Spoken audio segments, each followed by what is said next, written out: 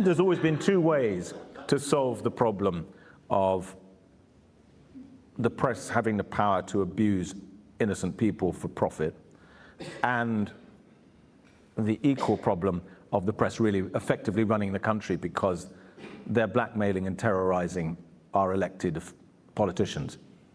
And the two ways are, one, to strengthen regulation of the press, have actually a meaningful regulator, as we do of any industry in this country which has the power to harm people.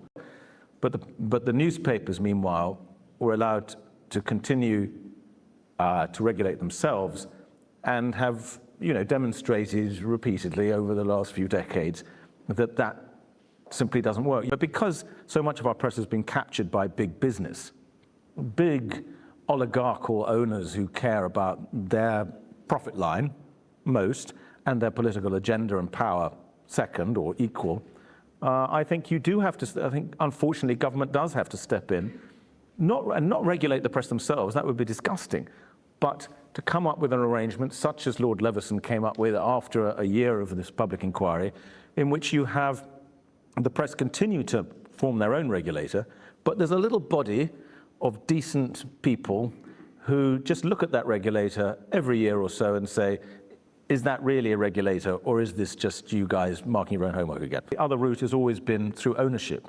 Is it crazy that our press, our print press, has been owned by an Australian American who's not British, and by the Barclay brothers who live on a tax-dodging Channel island, or by Lord Rothermere, the Daily Mail, who is a non-dom?